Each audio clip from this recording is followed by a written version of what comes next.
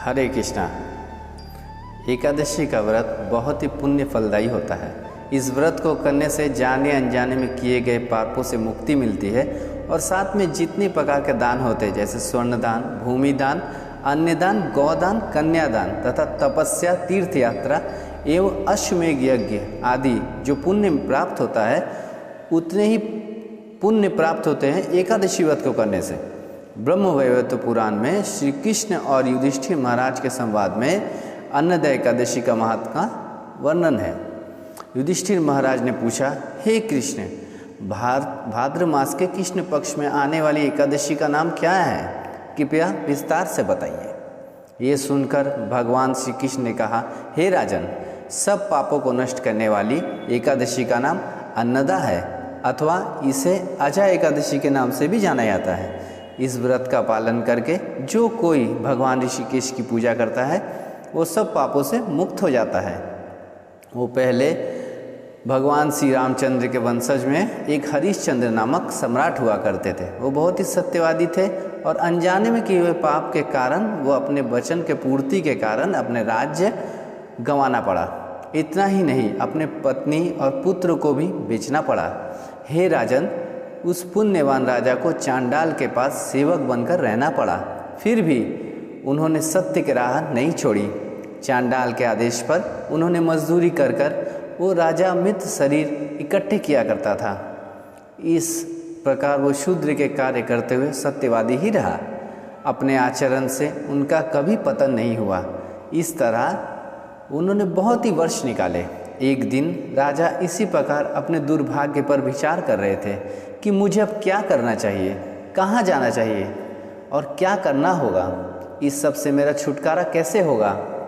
राजा इस प्रकार बहुत विचारमग्न थे और उनकी दुर्दशा देखकर एक दिन गौतम ऋषि उनके पास आए। ऋषि को देखकर राजा को विचार आया कि केवल लोक कल्याण हेतु ही ब्रह्मा जी ने ब्राह्मणों को उत्पन्न किया है। ऋषि को देखते ही राजा ने अपनी दुखद परिस्थिति बताई। गौतम ऋषि ने राजा की परिस्थिति देखकर कहा, हे राजन, आपके अच्छे कर्मों से जल्दी ही कृष्ण पक्ष में आने वाली अन्नदा एकादशी है। इस दिन आप व्रत का पालन करें और रात्रि को जागरण करें। आप सभी विपत्तियों से मुक्त हो जाओगे।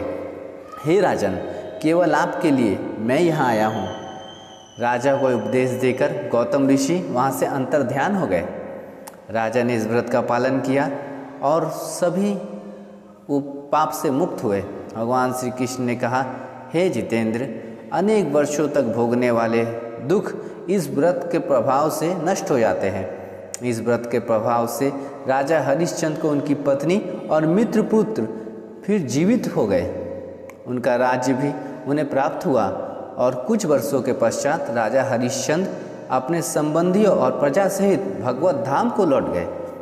हे राजन, जो कोई भी इस व्रत का पालन करेगा उससे आध्यात्मिक जगत की प्राप्ति और इस व्रत का महात्मा जो श्रद्धा से सुनेगा अथवा पढ़ेगा उसे अश्वमेध यज्ञ का पुण्य प्राप्त होगा।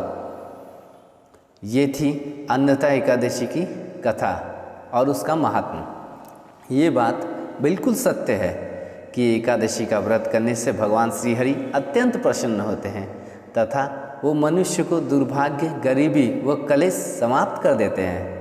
परंतु समझने वाली बात यह है कि भगवान श्री हरि जो अपने भक्त प्रसन्न होकर हरि भक्ति के एक एकादशी से प्रसन्न होकर हमारे दुर्भाग्य हमेशा हमेशा के लिए मिटा सकते हैं।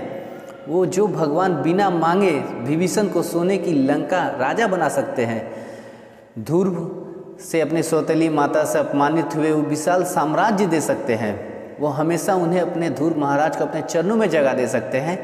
और वो भगवान अगर हमारी सुन रहे हैं, अगर हम उन भगवान से प्रार्थना करते हैं कि हमें उनसे क्या मांगना चाहिए, हमें भगवान से उनकी अहेतु की कृपा और भक्ति मांगनी चाहिए, जिससे मिलने से अपितु हमारी सारे परिवार का नित्य कल्याण निश्चित है।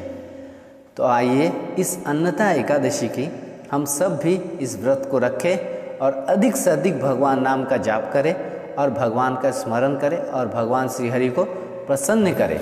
धन्यवाद। हरे कृष्णा।